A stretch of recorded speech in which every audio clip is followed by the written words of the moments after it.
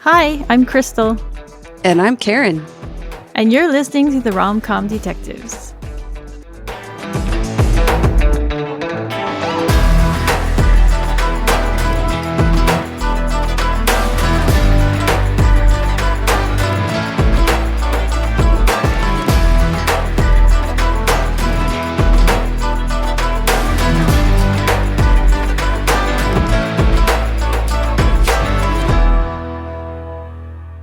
Welcome to our first full episode of Rom-Com Detectives Mentalist Unit. We're going to be calling our two separate things units. Today, Karen and I will be talking about the pilot episode of The Mentalist, which first aired in September 2008. And this episode is called Dear Mr. Jane. So, we're going to start with a case briefing. So, this is just like a basic overview of what we thought of the case itself and the episode in general. Karen, why don't you start us off? Sure. These days, the show lives or dies based on the pilot, and this episode has to introduce all the things 5 regular characters, how Jane operates specifically, the recurring antagonist that we meet is Red John, and the procedural format. So, in this pilot, they decided to give us 2 cases under the shadow of the serial killer Red John. So, we'll find out he's not actually in it, but it's still all about him. The cases themselves are pretty simple. The first one is solved within 7.5 minutes. And the second one really only has 2 suspects presented, and neither one of them did it. So it all comes down to Jane's interactions with the witness, and he doesn't let the team in on the gag. First of many. When he won't Right, let them in on the gag. right. But yeah, as you said, Karen, a lot hinges on the pilot, and this one was, I thought, extremely well done because they don't often do this where they have two cases intertwined. Like they have because with this one they had to bring in the old Red John case, and then they had to bring in this new case. So they had two separate timelines kind of that they were alternating between, but I really liked how they tied the past to the present. And we'll go into that a little bit more later in the episode. But yeah, I really liked how they slowly reveal why Jane is the way he is, kind of in bits and pieces. And it was a really good build up to the end. And the ending of this episode is really a beginning. So it's not their first case together, but it's the Right. first case we get to see. So because they've been a team, I think, for a little while at least. And we don't know how long. And the thing is, too, it's a pilot, so the timeline is not necessarily going to be is not necessarily set in stone, which is pretty common for pilots. Like they change things when they move forward with the show because they don't know if they're gonna actually get the full season. So Right. And it is, I think, pretty unique in this situation with the 2 different cases. They're 2 weeks apart. mhm. And during that time, the CBI unit that they're part of has a new hire. They bring on Grace Van Pelt, like in between those 2 cases. And so this is Jane meeting Van Pelt for the first time in the second Mm. case. But also we get to experience kind of the case from a fresh perspective because Van Pelt doesn't know how they operate. She's learning everything about the job as we are also learning about it. Actually, yeah, you're right. I mentioned two cases, but this one actually has three cases. It's Kind of, got yeah. yeah, it's got Red John, it's got the Megan Tolliver case, which is the one they open with, and then they have the Allison Randolph one. So yeah, three actually. But Yeah, yeah, I mean they had to juggle a lot, but they did a really good job with it. they do. And in the meantime, they have to establish all these characters. We see a lot of Jane's skills. A lot of these get revealed a little bit more later on, especially code reading and his pickpocketing. He's really good at sleight of hand. They show like him doing like item seeking and like forgery. I mean, not forgery, but basically he's like his what he calls later is arts and crafts, right? His manufacturing of Right, evidence. right. Uh, and he does a tiny bit of magic at their dinner too. So yeah, lots of skills to showcase. But they do a really good job of introducing a bunch of different parts of him. Most especially his desire to save his tricks for a big reveal at the end. That's like the magician in him, right? Right. Okay, so we're gonna move into the breakdown. But before we do that, I I had mentioned in our first episode that this was a big week for the Mentalist fandom because I think it was Tuesday. Yeah, it was Tuesday. February 18 was the 10-year anniversary of the series finale. So that was a kind of a big marker. And the Mentalist subreddit, we had 3 AMAs with cast members Owen Yeoman, Tim Kang, and Amanda Rigetti. And those were really fun. They're still available on the sub stickies so that you can go check them out and see the answers. And then yesterday, Robin Tunney, she posted something really nice to Instagram. She basically posted a photo from the series finale, and she said, "Somebody told me the 10-year anniversary of the Mentalist finale was upon us. I want to say thank you to every single fan of the show for making all of my real life dreams come true. Your support has given me the roof over my head and the flexibility to raise my children on my own terms. I love you, Snappy Toes." That's Simon Baker. "Rode your coattails for 7 years straight. You're the real deal." So sweet. So that was really nice to read. Yeah. But yeah, so big week this week, and it's actually kind of fitting that we're starting this recording, starting yet another rewatch because I just finished watching the the series finale on Tuesday too. So you had said on our last podcast that you've been watching The Mentalist for 11 years now. Yeah. I I just started watching it last year, and this podcast watch is basically going to be. I don't really count when I was doing the anniversary rewatch because I was skipping through a lot, but that would technically be my fourth watch, and this would start my fifth. So Great. how many times would you estimate you've seen the show? I have completely lost track. Uh, there was, I mean, if I don't always do a complete rewatch, sometimes I'll just, Pick and choose. yeah, I have all my episodes uploaded to a Plex server, and they have a feature where you can play a random episode. So sometimes I'll just say, see what they want to show me, and I'll just watch a random episode while I'm washing the dishes or something like that. So it's all just kind of jumbled up at this point. Okay, let's move to the episode breakdown. We're not gonna go into like a lot of detail, but we're gonna still talk through the basics of the episode. And it starts with Lisbon and Jane arriving at a scene. And I thought this was interesting because at first I had thought that they just showed Jane showing up on his own, but then when I was watching it earlier today, I noticed that it's Lisbon and Jane arriving at the scene together. And then Right. they're basically looking around and they're seeing that the cops are arresting a neighborhood kid because the girl's body has been found. I guess she was missing for a while because they had like missing posters and stuff up around on telephone Yeah, poles and stuff like that. But they found her. The neighborhood kid found the girl's body, and then the cops arrested him.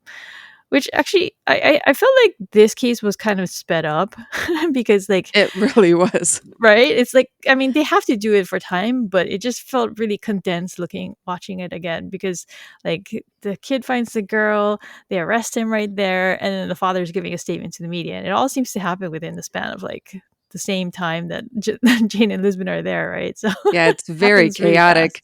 It's like, kind of wonder why they were brought in at this point Yeah. or how Yeah. the timing all ended out because they're just showing up at this key time, with the arrest and the statement. And it's a really, really crowded scene. There's so many people on Yeah. that set. Yeah. And it's interesting too because they have and I guess like they had to pack in a lot because they have to show you like how Jane is, right? Yeah. And they do show us a lot. They show him observing the father giving a statement and the way that the wife is like pulling away from him and she doesn't seem to enjoy like him touching her and things like that. But he's looking at all of these things. And then like the next thing that they tell us about him is that he he just goes into people's houses and makes tea and makes sandwiches and just eats their food, Yep. which is very irregular because I don't think any of us would do that with complete strangers' homes, right? Especially at a crime scene. Right. He could be eating evidence. You never know, right? He's definitely not supposed to be doing that, but he's doing it. Right. I notice with Jane, very consistently, he walks into crime scenes with his hands in his pockets. And I feel like he's doing that to prevent himself from contaminating evidence. Maybe that's something Lisbon has gotten on his case about Beaten so into many his head. times. Yeah, so he's always has his hands in his pockets, but then he's always, yeah, getting into their food and he loves to invade their kitchens. I wrote down that he brews his first cup of tea at 1 minute 45 seconds. So it's one Oh. of the first things we learn about Jane is he's making tea. It's funny that you noted that, and I noted down that he makes a ham and mustard sandwich. Yeah, We honed in on different details.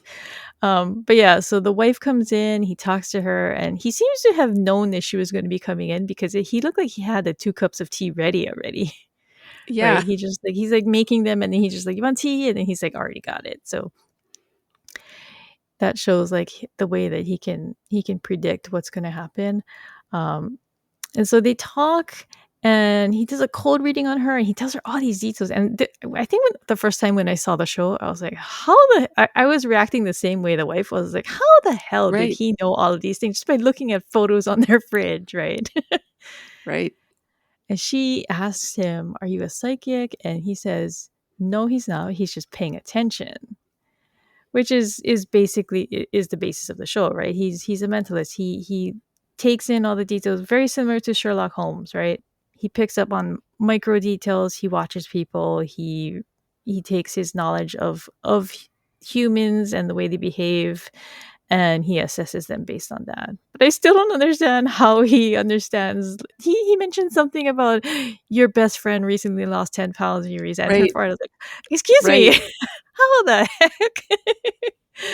Oh. I noted that he made his first outrageous statement at 5 minutes, but I forget what that outrageous statement was. I didn't write that Huh. down. Was it when the husband comes in? I don't Or don't maybe it's when he just asked he asks her, "Why do you think your husband killed your daughter?" Because I think that shocked me the first time I saw it. I was Yeah, like, "Whoa, where yeah, did that come from?" But yeah, she like admits to him that her husband and daughter were acting strange the previous year, and that she thinks that her daughter might have been trying to tell her something, but she, I guess, wasn't really listening. okay, so then the husband comes in and immediately questions why Jane is there. He gets really defensive. And Jane has mentioned to the wife that he trusts her intuition, that the wife knows when the husband's Yeah, lying. And so when Jane then accuses or asks, he doesn't accuse, he asks straight up, "Did you murder your daughter?" And based on the wife's reaction, Jane knows that the husband is yeah, guilty. because she starts crying, right? So Yes, she just breaks down. And so then as the husband, he's getting defensive, he's not actually answering, and Jane says, "An innocent man would have punched me by now." And that's such a great setup for all the times that we know that Jane does get punched later. I guess that's a exactly. And actually, are all the people who punch him innocent? Dude, we're gonna have to we'll have evaluate to that. But that's yep, one well, thing to like think about when something we we'll have to every track. time. But yeah, so as their like argument is heating up, the wife goes and brings out a gun and just shoots him dead right there. And I was like, what is this show? And it's crazy because then, everybody comes in, racing in because of the gunshots, and Jane says, "Honestly, it's not as bad as it looks." And the whole tone of the show just changes. The music shifts, it becomes playful, like, Yeah. we don't have the tension anymore.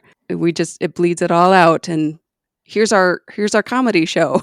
I know. And it's funny because you can't believe he said that because of course it's as bad as it looks. A man is Right. dead. His wife has just murdered him in cold blood and she's just calmly walking outside. It's just a classic Jane and Lisbon interaction right out of the gate because she's just looking at him like, "Are you kidding me right now?" I love it. Yep. Oh my god. I had said we weren't gonna talk through this whole thing, but it kind of feels like because this is like the intro episode, right? It's kind of a lot of important things. It So is. Well, this first part really is all about how Jane works, and yeah, it's a big yeah, introduction to it's the premise is this is what we're gonna give you for the whole show. yeah, yeah. Okay, yeah. I think it's fine if we do it for this one. All right, and then the show cuts to Palm Springs 2 weeks later, and I guess Jane's suspension was kind of long because he still has Yeah. one more week on his suspension. He's not with them. And this is actually one of the is it the only time that we see the team flying to where the crime scene is? Yeah, I think so. I mean, we've seen them take helicopters. Like I think they mentioned taking a helicopter once, and then they arrived in a helicopter another time. But yeah, like they I think they nix the airplane travel after the pilot, right? It probably takes up too much time. I think so. Van Pelt is with them. So this is the first we get to see of her. Says that she has to go pick up her bag, and she's like immediately made a mistake because everybody else had carry on, but she checked her bag, and Lisbon is pissed at her. Right? So it really sets up their team dynamic really well. It shows that Lisbon is like not brutal, but she's kind of a hard ass, right? Because she immediately Yeah, gives her like a punishment. She tells her to go settle their lodging, and then she just leaves her there with, and she right, goes with Ruby and Cho. right. It's like, you messed up. You get to do this part all on your Yep. own. Yep. But yeah, so when they get to the medical examiner's office, Jane happens to be arriving in a taxi at the exact same time. And Lisbon, I like that they spent time not just establishing Jane, but establishing Lisbon in this episode because she's got her sass and her attitude like front and center all the Oh, time. yeah. Like she's like that part of Lisbon is always on in this episode because she says, "Which one of you jackasses told him?" And it's like I love the way that she just has this attitude about her, and she's their boss, so she has no problem talking to them in this way. So Jane has one more week of suspension, but he showed up anyway because somebody called and told him that it's a Red John case. And then they tell us that like Jane was actually right about the previous case because they found a diary from the girl Mercy who said that her father was having sex with her, and that ended up being the motive for him killing her. Lisbon tells the security guard at the front door not to let him through, but he like shows up behind her right after that. So it's just that's like another thing they show that he can get his way past a bunch of people if he wants to because Yeah. he's got charm and he can sweet talk people, right? So So in the there is a rough draft script available for this episode, and in that script there is a phone call here between Lisbon and ah Manelli, ah where so Jane has gone over her head and gotten Manelli to let him give him in. access. Oh, Yeah. okay. That's funny. So I believe in this. We actually do see Lisbon answer the phone, but Uh-huh. then they cut out the phone call. Ah, And then in the next scene, Jane apologizes for going over her head. So I they see. just they Okay. imply it there. Huh, that's cool. Yeah, so the coroner gives them a rundown on the two bodies, and Cho says that the details are classic Red John. And then Jane, like out of nowhere, just proclaims that the male victim is gay, and everybody's looking at him like, "What? How do you even know that?" And they don't explain this. I don't think how he knows. No. Um, but then they go out and they meet the family doctor, Dr. Wagner. He's sitting outside. He was a close friend, and in their initial conversation, Wagner says that Gregory was gay, and the team just looks at him like, "How the hell did you know that?" um, and then it goes back to the house, the scene of the crime, and we first meet Brett Partridge. And people who have watched the whole show know that Brett Partridge becomes like a thing. Like he becomes Right. a an important character, but he is in this first episode, and it kind of just seems like a one-off kind of interaction. But he's like weirdly enthusiastic as he walks in through the crime scene. He's like showing like a golf club, and he's like making the motions, and he seems really excited. And like Jane is Yes. disgusted by this, and he walks away to the bedroom, and he goes and he looks at the Red John smiley on the wall. And I think this is the first time we hear the Red John theme, which I really like, by the way. It's so appropriately creepy, and like the sound effects in it are really effective in making you immediately cluing you in to what's about to happen, right? Yeah. And then so they take us back to 5 years earlier. And this is one of the pilot things, I think, because I don't know that 5 years earlier is accurate. I think we looked. I think on the subreddit we looked at the timeline from the pilot, and this 5 years earlier thing is a little doesn't really line up. But I mean, we'll just say that it's earlier because it's a flashback to when Jane is giving a psychic reading on a talk show, and one of the hosts introduces him as being a paranormal detective. But then they cut back to Partridge's walkthrough, and he's brought Lisbon and Cho and Rigsby into the bedroom. He's excited about the smiley because I guess he kind of sounds like he's a Red John groupie, right? Yeah, he does. At least from a law enforcement perspective, because he just sounds really excited, like, oh my god, I'm seeing one in the flesh. But then Jane pops his bubble because he says that this isn't a Red John case because the face is in the wrong spot. He says that Red John always ensures that the smiley is the first thing they see, and then Partridge is kind of condescending with him, and they have like this interaction that a lot of people quote because it's like classic Jane, like tearing someone down, basically. Yeah. Because he can be pretty brutal, right? Oh, absolutely, he can. He is ruthless. Okay, so what Jane says when he reasons why it's not a red John case becomes important later in the episode. He says, "You see the face first, and you know what happened, and you feel dread, and then and only then do you see the body of the victim." And so that's what he uses to say that it's a copycat. And then he like tells him that he calls him a ghoul, and he tells him, "If you don't get horny reading Fangoria, I'm Britney Spears." And I do want to note that Rigsby and Chua are trying really hard not to laugh. I mean, Cho is known for like not smiling, not laughing, but in season one, he does smile and laugh a lot more than I think people recall. And that's more noticeable upon rewatch. So, but yeah, in this scene, he's really trying not to laugh. And then we get that classic line when he is apologizing to Lisbon. He says, "He irks me. He's irksome." Okay, so they have set up a temporary workspace. It looks like it's in some like it almost looks like it's at a hotel in like a hotel like rental space or something or like that. And that would make sense because they're staying at a hotel, so maybe like Van Pelt arranged for them to like use like some kind of storage area or like a ballroom that's not in use or something like that because you can see chairs and stuff stacked in the back and things like that. So that's what made me think that that's where they are. But basically, she's admitting to the team at this point that Jane is probably right and it doesn't really fit the Reginald pattern, but she sends him out and then she calls Jane and admits that he might be right and asks him to come back. But then he asks her to say please and she like barks at him and tells him to go screw himself and hangs up. And then he walks right in because he was just actually talking to her right outside.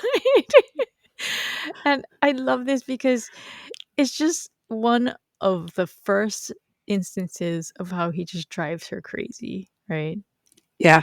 But also another important part about this part is that this is where Jane and Van Pelt meet for the first time. So Yes. and then so we don't really this part isn't really that important, but I wanted to talk about it because of a line that Cho says. Rigsby and Cho go to talk to the husband and his brother, and they watch a home video, and like the guy's like, "Oh, I lost like an angel," and Cho says, "Yes, sir, good looking woman." Rigsby looks at him really weirdly, and I was making the same face. I was like, "What the hell, dude? Why would you say something like that?" I noted that too because that's one of Rigsby doesn't actually get a lot to do in this episode. So Yeah. this reaction is one of Rigsby's big defining moments is how he responds to Cho's stoic statement there. Yeah. I mean, the look on his face is basically just like, dude, what? Yeah.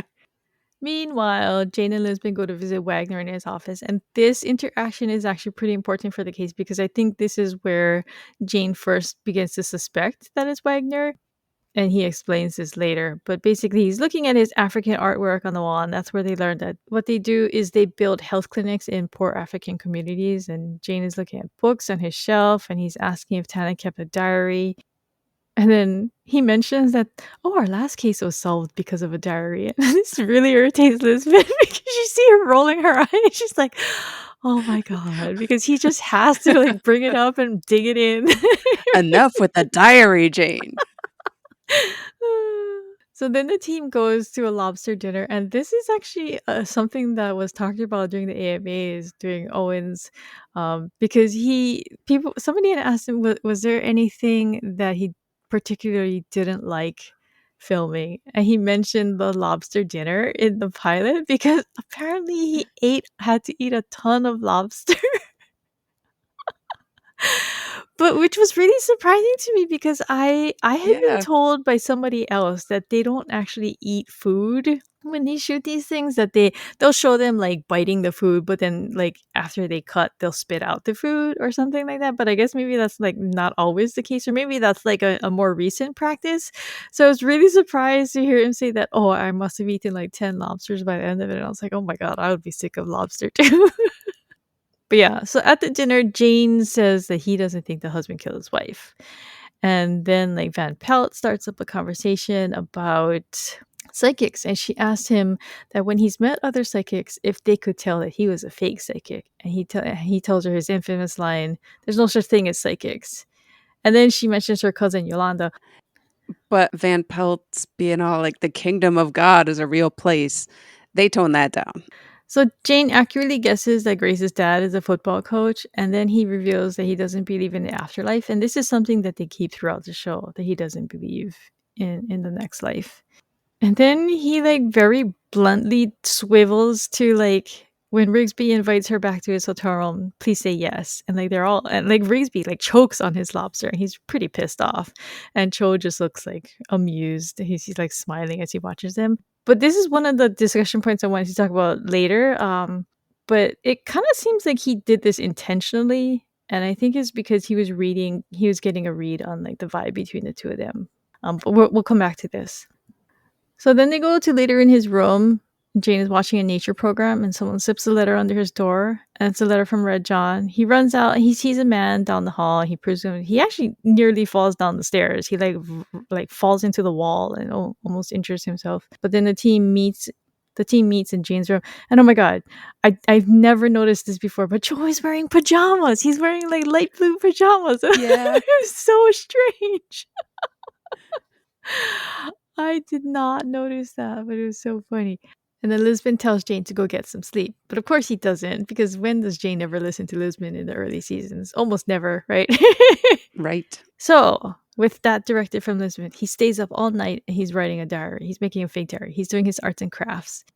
And then the next day at their, like, workstation, what the heck is this thing called? God, it's gonna bug me. It's gonna come to me right after we're done. I know it. Of course. So Jane is sitting in their work area, and Lisbon knows immediately that he stayed up all night, and she calls Dr. Wagner's office and makes an appointment for him because he had previously tried to get drugs from him to for his insomnia, but Dr. Wagner said that he wouldn't give him a prescription unless he came in for a chat. So she's basically making an appointment for him. And this is an interesting part of their dynamic too, because she's, like, taking care of him, right? She's insisting that he go and get this squared away so that he can get some sleep. Partly because she knows that she needs to have him, like, rested so that he can help with the case, but also because I think because she understands that, like, him having no sleep is not good for him. So I'm not going to say that I don't always pay attention, but I have to confess that I did not know until I watched it again today where the hair from Tag had come from. And it's from the letter. It's from the fake Red John letter. It was clipped to it, right? Yeah. Yeah, it was paper clipped to some piece of cloth that was on the Red John letter that got slipped under Jane's door. So that's where they got, like, the DNA evidence tying the widow's brother to Allison. And then next we have Jane and Wagner meeting so that he can get his sleeping pills. Wagner asks him what keeps him awake, and so they take us back to the flashback of the talk show that Jane is on, the 5 years ago thing, and he gives, like, a profile of Red John. And this is actually where they reveal what happened to Jane's family, because I think up until this point we don't know about his back history, and we don't know why, because all he had said is Red John is mine. He showed up for the case and he was very territorial over it, but we don't know why. But this tells us why, and this ties back to the scene where he's, like, railing into Partridge, and where he is basically giving his case for why it's a copycat. So he's, like, giving his profile, and he says, "True demonic evil burns like fire. It burns with a terrible, cold, dark flame.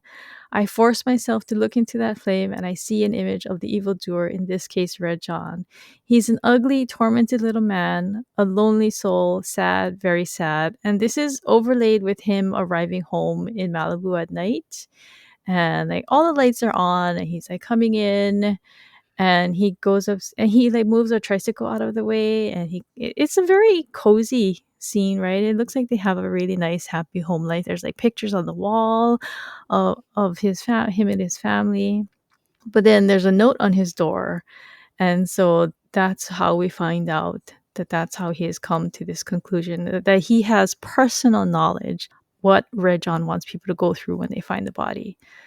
So I thought that was a really good way. I don't know. It was a really good tie-in, right? Because you wonder, like, how does he know that this is what Red John wants you to think? And it's because he's lived it himself. So Tragic.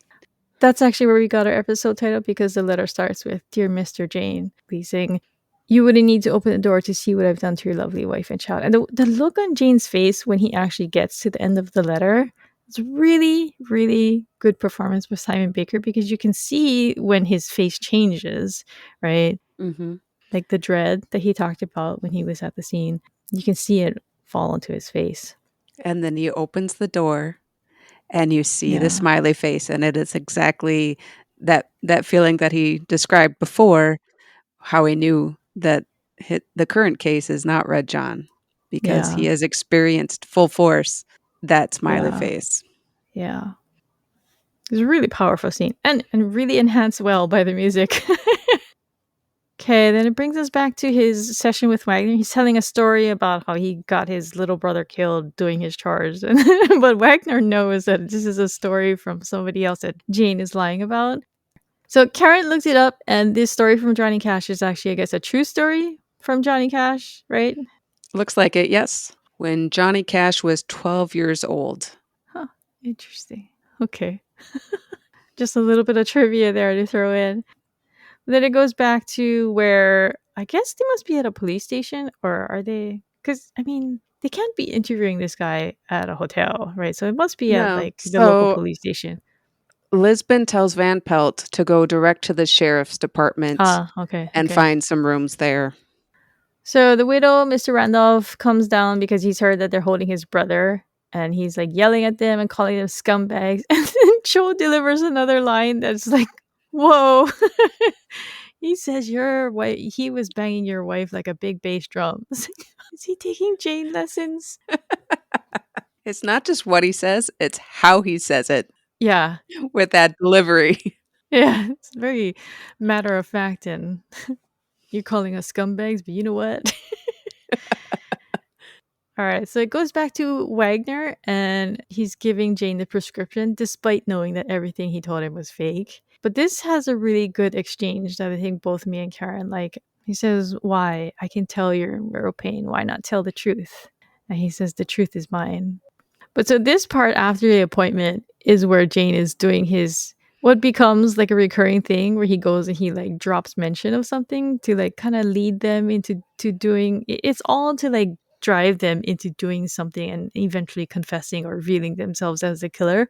But he drops mention that, "Hey, we never did find a diary," like just play all coy and saying that, "Oh, someone told him that he kept a diary." Meanwhile, this is just the diary that he was like drawing up the previous night. He talks about how magicians distract with beautiful assistants, and this comes back later when Wagner is confessing. But then he tells him that they'll be back in the morning to search for the diary, and then he hugs him, and this is when he pickpockets his doorbell, right, to get back in. And this is something I actually really like doing on rewatches, and thank God for streaming that I can go back and do this, because oh my god, back in the old days, right? We would have had to like record the TV on a VHS or a VCR and then play the VHS tape back. Yes. Much harder to do. Like we said in the first podcast, ancient fangirl. But yeah, so Jane effectively makes it like puts the pressure on him. He goes right back to the victim's office and he's like tearing it apart, looking for the diary. And then Jane walks in. He's like, "Hey, what are you doing?" Like all casual. Like, "Hey, I'm good at finding stuff. I'll look for the diary with you." Okay, so I do like going back and seeing how he like pickpockets things or slips things into people's things, but I don't know how he got the diary under that like cabinet or whatever. Do you? I think he was probably did some distraction, like, he was walking around, like, kinda making a show of it, Uh-huh. and then he probably, was holding the diary when he reached under, Uh-huh. and then was like, "Oh, look what I found." It So he was was kind of probably big though, right? probably ho yeah, I know, but, I mean, as we can see later, he's good at concealing things in his pockets Yeah. or what it's just the whole it's Jane, he can do it. Yeah, yeah. Because at one point I was wondering, okay, did he drop it on the floor and like kick it under there, or? But yeah, he pretends to find it like, oh, what's this? I found it. And then and it's full of words like, "Confess. I know I know you you did did it. it. I know you did it. You did it, confess." Can you just imagine that's what he spent his whole night doing? He's like writing all I know. these taunting things. Oh, But yeah, so he Wagner is smart enough to know that it's fake, right? But he pulls a gun on him anyway. And then Jane reveals how he knew it was him. He says, "You've got books on your shelf that have chapters on Red John." And when he first met him, he said, "Who's Red John?" Like he pretended he didn't know who he was. He said that as the family doctor, he could easily get Tag's hair and plant it in the letter, and that being a doctor, he could easily hack up a body. But then he just scoffs at him, and this becomes a recurring thing where the killer is like, "That's just guesswork. You can't convict me on that," and that becomes like a almost like a running joke, right? But Jane reads him here, and he says that he's kind of surprised because he doesn't seem like a wicked man, but that he is. And then Wagner admits that the letter was kind of mean-spirited, and he actually is sorry about his family, but he's not, right? no, he's not. And here he talks about how because Jane doesn't know why he killed Allison, right? And he just reveals that she was just the magician's assistant. She was just there to distract from him, which is pretty cold and brutal. Like you just kill her because she's an extra distraction. What a bastard, right? Oh, yeah. It's pretty rough. But so I don't think Jane realized that he was going to have a gun pulled on him, and so he has to like kind of talk his way out of it, like trick his way out of it, right? He tells him, "Oh, I removed the bullets in your gun," but he really just like has to distract him and like run away. And this is like another recurring thing about Jane that they established early on is that Jane runs away from violence and he doesn't like guns. I mean, that's understandable because I don't like guns. I would run away if someone was pointing one at me. But since he's like working with the police, like it just goes to show like the contrasting between him and the actual agents. He runs away while they run towards the gunfire, right? So Right. And as he's running away, he passes Rigsby, who is just hanging out there. Looks like he's just arrived, and Jane's like, "He's coming, get ready." and this is like another thing he likes to do, right? He likes to surprise people. Yeah, Rigsby do I mean, he was obviously called there. Jane obviously told him to be there for backup, but didn't tell him he was there for backup. Yeah.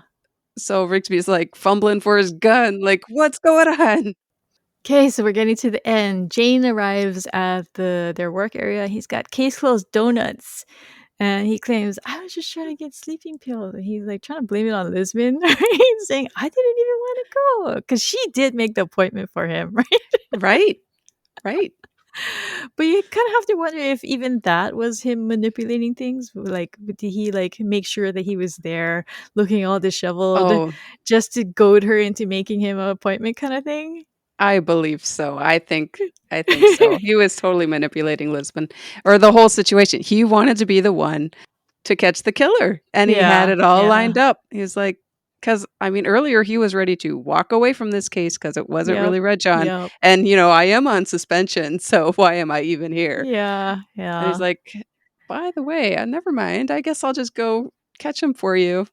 But I do love this interaction because none of them believe him, right? They all know that, oh my Oh God, no, you yes, set that whole thing up. They're all like giving him crap about it. And like nobody wants to eat his donuts, but Rigsby does. Rigsby does. Rig- and then we come to a scene that a lot of the shippers fixate on is the origami frog. He puts it on her desk because she's looking mad but also looking kind of amused too.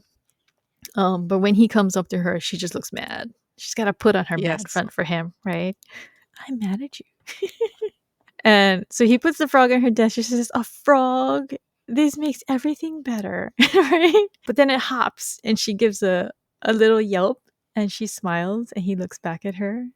And this is like their first cute interaction. And it's something that, like I said, shippers look back on because it shows like, like even though she like calls him a jackass and like all kinds of, and she like is very antagonistic toward him, and she like has like she doesn't want him to like help with the case. She tries to send him home, and she like berates him and things like that. But I don't know. This shows that there is a there is something there between them, right? Yep. There's a softness on both sides. I like her little smile. She didn't want to admit it, but she took pleasure out of that little origami frog. Okay, so final scene. It's in the present this time. Jane goes back to his house. And actually, when you like I didn't pick up on this before, but Jane has to drive pretty far. Karin looked it up. It's like 2.5 hours to get from Palm Springs back to Malibu. I know people on the mainland. I'm from Hawaii, so I live on a small island. So driving more than like 20 minutes is very aggravating to me. So I don't know what the perspective is like for people in California. Is 2.5 hours like totally fine? Apparently it is for Jane, but they have this they have this for the whole show because since they did give up the plane travel, Yeah, they're driving everywhere and they everywhere. have to cover the whole state. And so none of it really makes sense. I'm just going to say that the team is very lucky that they're driving all over the place in 2008 and not 2024 when gas prices are what they are. Oh my God. It's not in the budget anymore. Yeah, their mileage reimbursements would have been horrible. Well, and there's so much like in this episode, they're staying at the location, but there are so many episodes where they're driving like Yeah. more than an hour each way and then they come back Yeah. to the They start CBI at teleporting. night or they bring suspects back to their own place. It's yeah, it's Yeah. it's an issue for the whole show. Yeah. It's actually pretty common. It happened in Fringe too. Like, Fringe took place in Boston, and they had like scenes in New York. And like after a while, like I think they mentioned like a private jet at some point, but they also like start like zipping back and forth between Boston and New York like nothing. And I'm just like, what is going on? It's just something that you have to overlook with shows like this. But I do know Well, that people in the subreddit find it bothersome because I've seen several people post, like, this makes no sense. I live in California. There's no way. But yeah, you kind of have to overlook that. You gotta hand wave it over and not really fixate on it. But yes. okay, so to get back to it, Jane goes back to his house. It's now empty. There's mail piled up at the door. The tricycle is still there, but there's no furniture. And yeah, it looks very sad. It's dark. It's not lit like it was earlier. He goes upstairs to the bedroom, and they've established that he can't sleep, but he lies down to get some rest, and it's just a bare mattress, and the red John Smiley is still there. Chills. I know. I mean, okay, so the first time I watched this, I went in not really knowing what The Mentalist was about, so I like got like kind of like a crash course in Jane. I did not like the Hulu like thumbnail. It's like this bright yellow, uh, bright yellow screen with like a black and white of like bricks and Jane, and it doesn't actually really look like Jane exactly. But yeah, so that had me hesitating to watch the show for a while. Plus, I didn't really like the name of the show, which is funny because now it's my favorite show. But for a while, I was like, Mentalist. What kind of word is that? Yeah. It just sounded kind of goofy. My dad refuses to watch it partly because of the name and Yeah, because why yeah. would I want to watch a show about a guy who thinks he's the smartest guy in the room all the time? Like, well, because it's I good. I mean, arguably a lot of people like characters like that. I mean, there's Tony Stark, right? Tony Stark is very, very, very popular because of Marvel. He skyrocketed to fame after the first Iron Man movie. But so I don't think people who act like Jane and Tony and And there are House, a lot of other characters. Yeah, yeah, House, House, very arrogant, very self-centered. But I mean, maybe not House. I wouldn't say House has charm, but charming, right? And they get excused in this way, but this is like a pretty common character. Oh, Castle, that's who I was thinking about. Castle's like that too. And Lucifer, right? Charming egomaniacs with lots of money. and a lot of these characters are based on Sherlock Holmes. Yeah, yeah. Okay, so let's move on to like we're gonna call this code reading. Basically, it's just us giving like an assessment of certain things. Like it's just what we're gonna call discussion points about certain things about the episode, based only on what's presented to us in the episode. So I mentioned that we would talk about this again, but do you think that because Grace and Rigsby become like a couple storyline later on, like they become like a secondary will they won't they storyline. But do you think that he purposely railroads them at that dinner? Because it kind of felt like he brought that thing out about when Rigsby invites you to his room thing. They kind of feel like it came out of nowhere because they were talking about the afterlife and she was talking about the kingdom of God. And then he just comes out with this. Like, I didn't Y- really see the transition between that. So I Right. don't know. Do you think he was trying to head this off? He read that in them at the dinner and he thought this is going to disrupt our team. I need to nip this in the bud kind of thing. You have to wonder if it was a long-term thing he wanted to present or if he just wanted to get out of that moment, if he just wanted to Hmm. cause a Distracted. distraction Ah. to get out of that conversation. But of course, when you accuse your two teammates of being attracted to each other, it's gonna cause a lot of ripples. Yeah. And he does like successfully get them to derail like any kind of interest between them because later at the hotel, Cho, Rigsby, and Van Pelt are all in the elevator, and Cho gets off first, leaving the two of them in the elevator alone, right? And so that kind of like leads into like, oh, is this where Jane is going to be right again, right? But instead, he's not right because of what he said. Rigsby just gets off and he awkwardly welcomes to their team and they call each other Agent Van Pelt and Agent Rigsby, not Wayne and Grace or anything familiar like that. So he kind of puts like a barrier between them, Yeah, so to he kind of speak. Yeah. pours cold water on it. Yeah. Which I think was good because, I mean, she just joined the team. So it kind of felt like maybe this needed to happen for her. And Lisbon said something about this later on, I think in season 2. But But would Rigsby really have gone for it? I Or don't did know. Jane just want to put it in their heads? Yeah, yeah. Because I feel like he wasn't that brash around her. He was still kind of shy, right? Still getting to know her. I don't know that he would have actually done that. So we'll never know. But it definitely sets it up for the viewers that this is going to be a an ongoing Yeah. plot point, Yeah. and will they, won't they? Yeah.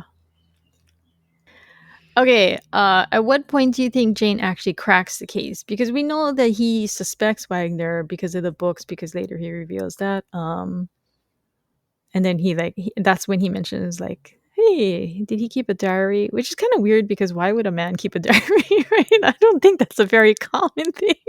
Which goes back to why Lisbon's rolling her eyes. She clearly feels like he's like just buffing up his own like thing with the previous case, right? So, when do you think he actually figured it out? I think there is a look as soon as Wagner's like, Red John? Who's Red John? I think there's already Jane is suspicious. I don't, there's just a little look there, I think. But it's hard to say for sure. I think once he puts that together with the books, and Mhm. obviously Jane knows what's in these books because he has studied Red John, which it is also a reflection on Jane. So I think that's kind of where they were going with that. So, I think it is probably when he gets the letter, and and this is actually an opinion of mine that has just formed with this watching, because like I said earlier, I didn't realize that that's where the evidence came from. There was like a piece of cloth with a hair clip to that letter, the fake letter. And so I think when he got that, and or maybe when he learned what evidence was on there, that he realized that they were being pointed in a specific direction, right? The killer, the actual killer in this double murder case, wanted them to hone in on the brother. So he was just basically like shoehorning them in that direction. And that's like something that Jane often does. And it actually comes back in the final case, right? Like the big one. I won't spoil that, but basically that he seems to recognize that when he's being pointed in a certain direction, he has to look elsewhere, right? So he uses all the clues that he's gathered so far and he figures that out from there. The letter is in a way the distraction, because why would Red John frame somebody Evidence. else? Yeah. Yeah. Okay, so hot reading. This is basically going to be stuff behind the scenes. We've talked a little bit about this throughout our discussion, but this is going to be like a bit more. Karen wanted to talk a little bit about the pilot script. Yes. All right. So, as I believe I mentioned this a little earlier, there is you can find them online. There are, I don't think it's the full season, but there are quite a few like rough drafts of scripts from season one. So, I didn't make it all the way through reading it, but it has like character briefs for the whole team, and most of them have different names. So, it was Daniel Jane, Teresa Lisbon kept her name.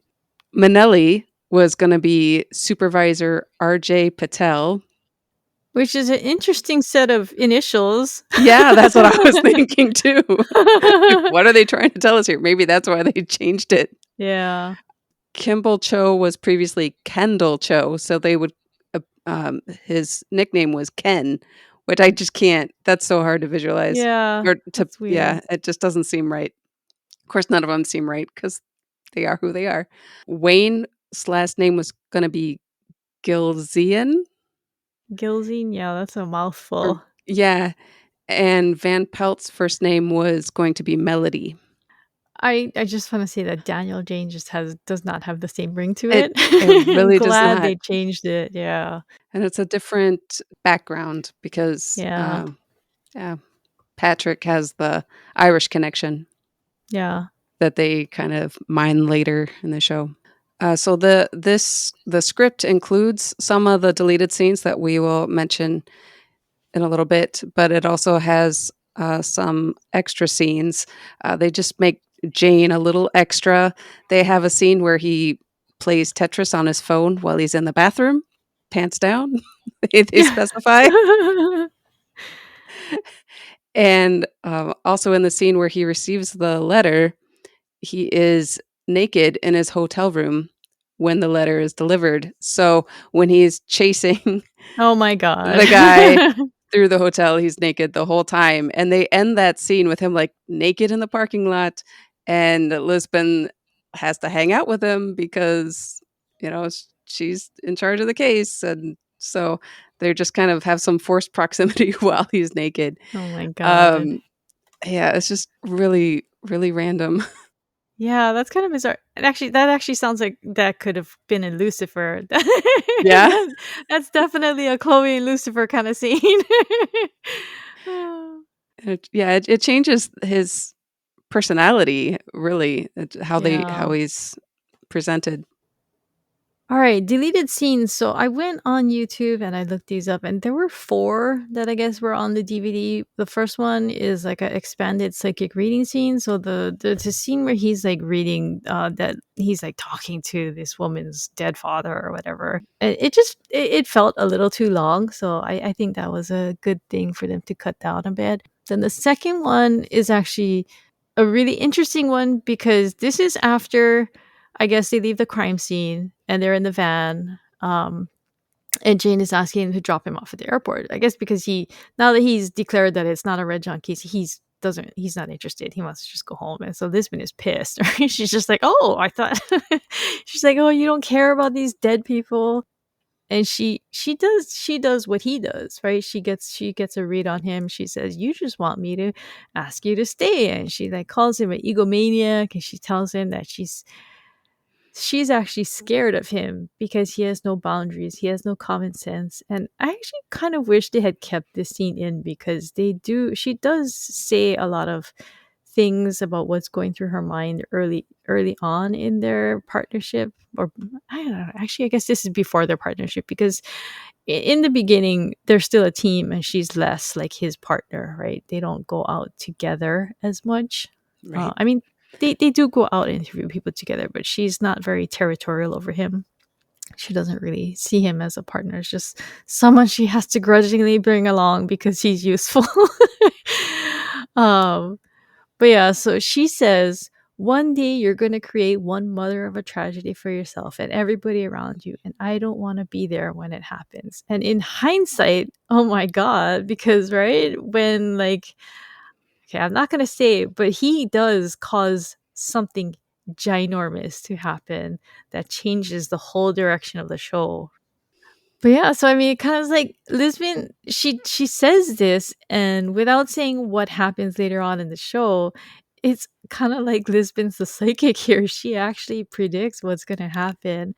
But then, okay, so and then Jane asks to be let out of them, and they actually leave him on the side of the road. They do.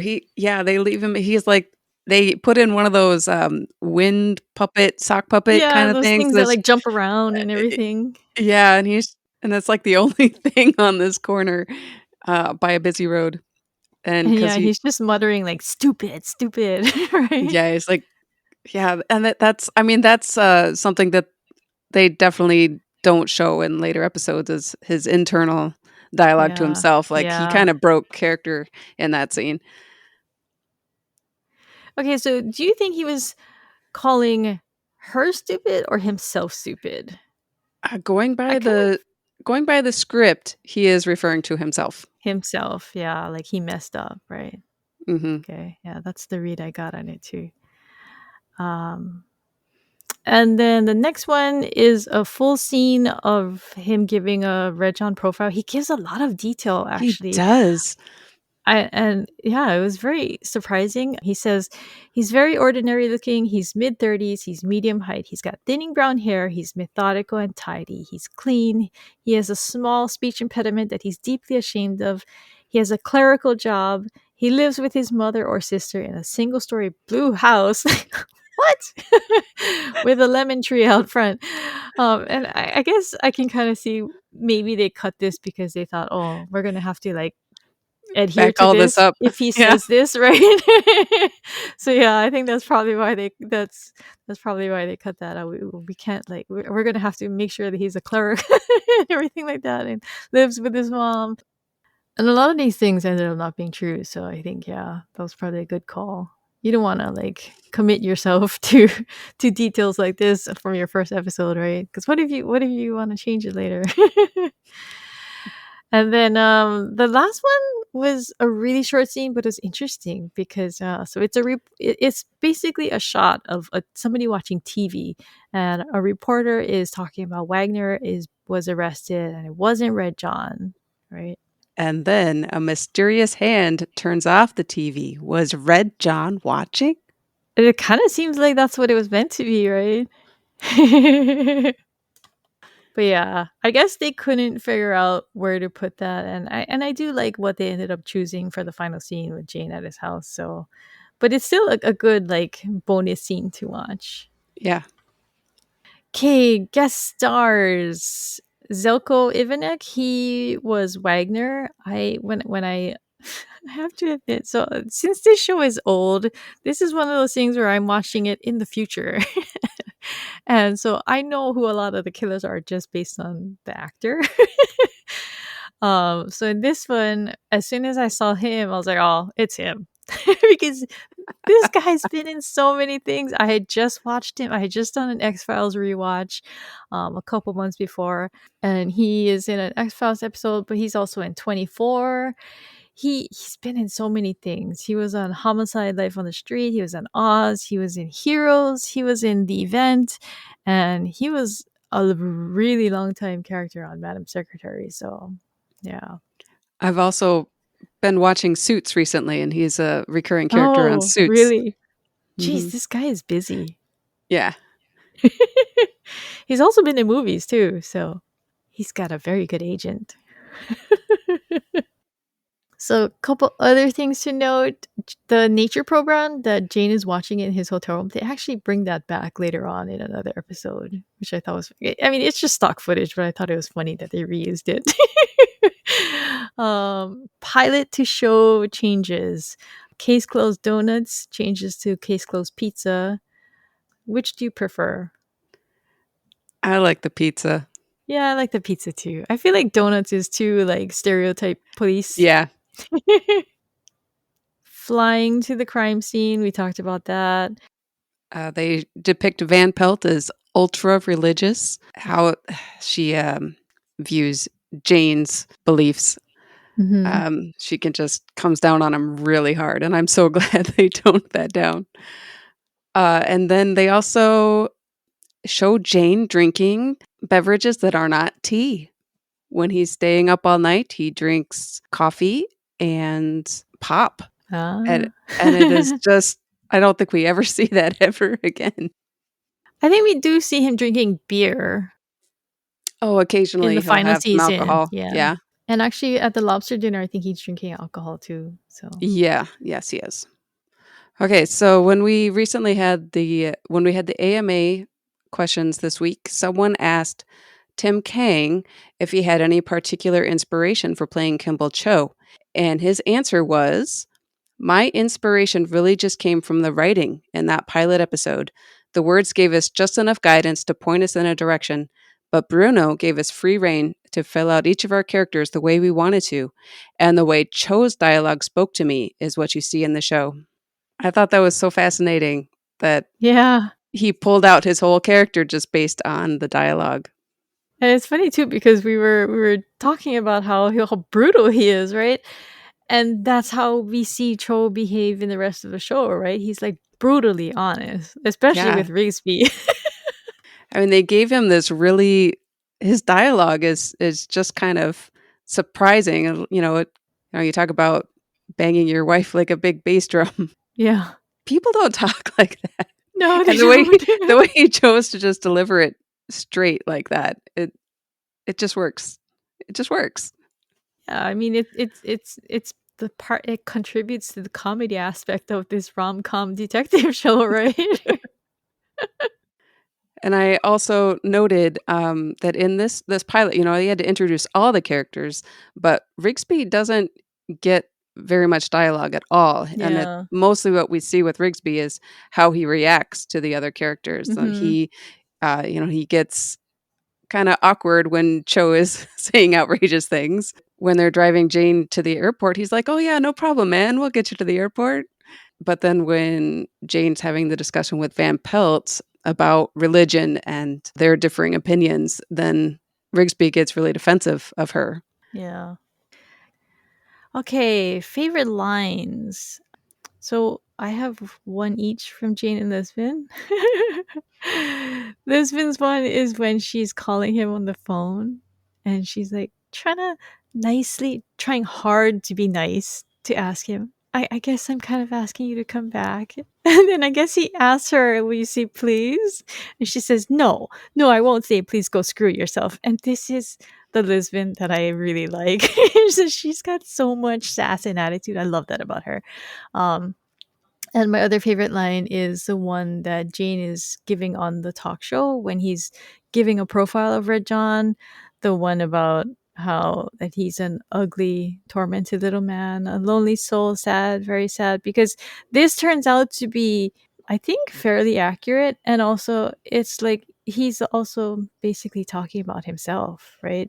Like, he's talking in the past, but he ends up making like an assessment of what he becomes later on, right? He's because like we've talked about how he's brutal, but he's also kind of ugly on the outside, right? Because he's rude, he's intrusive, he says mean things, and it's because he's a tormented little man, and we know he's lonely, right? And he's on the outside he looks very happy, but inside he's very, very sad. So I really like how that line is like serves like a double assessment. It's his own assessment of Red John, but it's also what he becomes later on. So And I think I've touched on a lot of my favorites as we've talked through the show here, but I wanted to highlight the discussion that Jane and Lisbon have when Jane says, Red John is mine.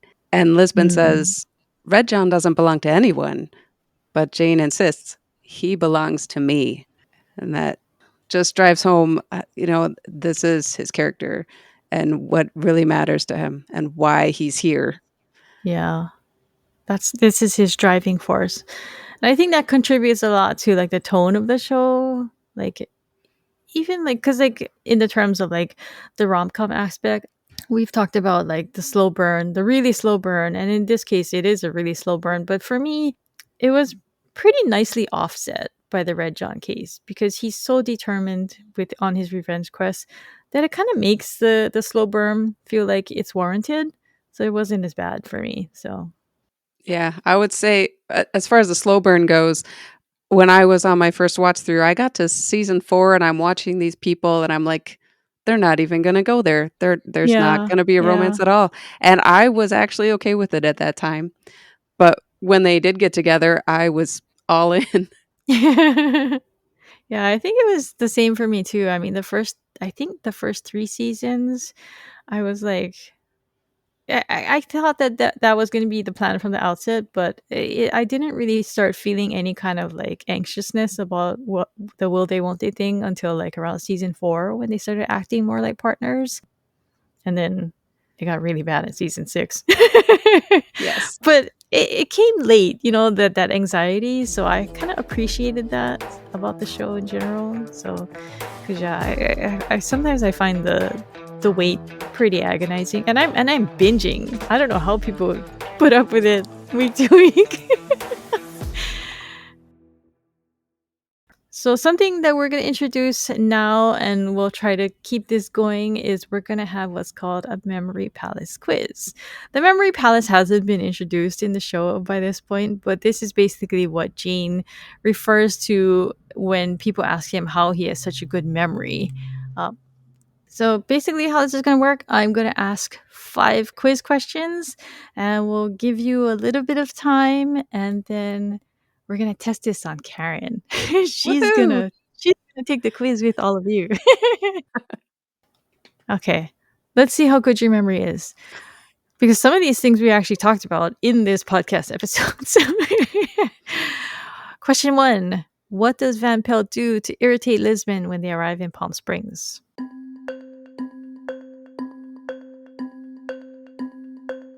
She checks her luggage. Correct. Yay! See? Hey! It's not that hard. Okay. Question 2. What does Jane call Brett Partridge?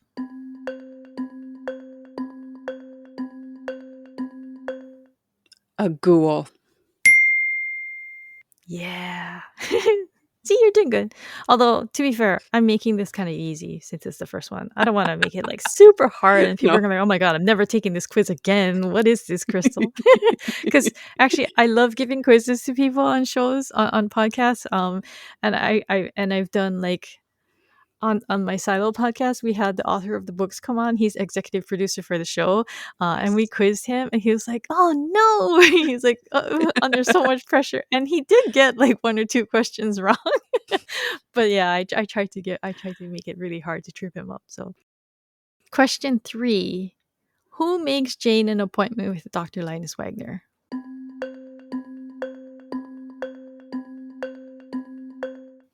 Lisbon. Yeah. See, we did talk about a lot of these questions in the We did. episode. Okay, I'm gonna throw a wrench in the thing. At their team dinner, who is wearing bibs? Oh,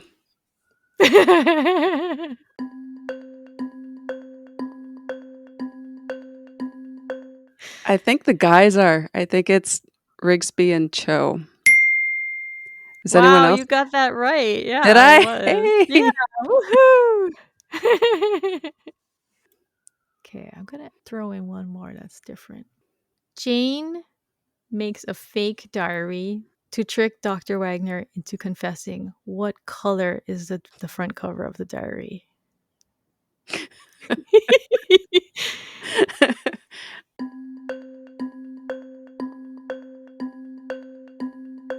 I think it's red, and it says diary on it. I think it's orange. It's kind of an off red. It's an off red. Okay. It's kind of it's a warm color. Okay, we'll go back and look, and then we'll see who's right. But yeah, that's our little quiz. But so we're gonna wrap this up. But we hope you had fun with our quiz. And we'll try to have another one next week for you. Any last thoughts, Karin? Oh goodness, it's the pilot. It's so good. It was a pleasure to watch it again, and I take all these notes and notice all these things, and just looking forward to the rewatch here. Yeah, I mean, like I said, I learned things too. I didn't pick up on the cloth on the letter and Cho in pajamas. That's I think my favorite new thing that I noted. So if you want to join additional conversations about the Mentalist, you can visit the Mentalist subreddit at reddit.com/r/the Mentalist. And you can join the Mentalist bullpen server. That is a bookmark on the sidebar. If you're enjoying Rom-Com Detectives, be sure to leave us a review on Apple Podcasts. If you're listening on Spotify, our question of the week is, what was your own favorite line from the pilot? This episode of Rom-Com Detectives was recorded on February 20, 2025. Rom-Com Detectives Mentalist Unit is co-hosted by Crystal Watanabe and Karin Lubbers and is produced by Pico's House. To contact me and Karin, you can email us at hosts@romcomdetectives.com and you can follow us on Instagram at romcomdetectives. Take care. Thanks for listening. Yeah, bye. Bye.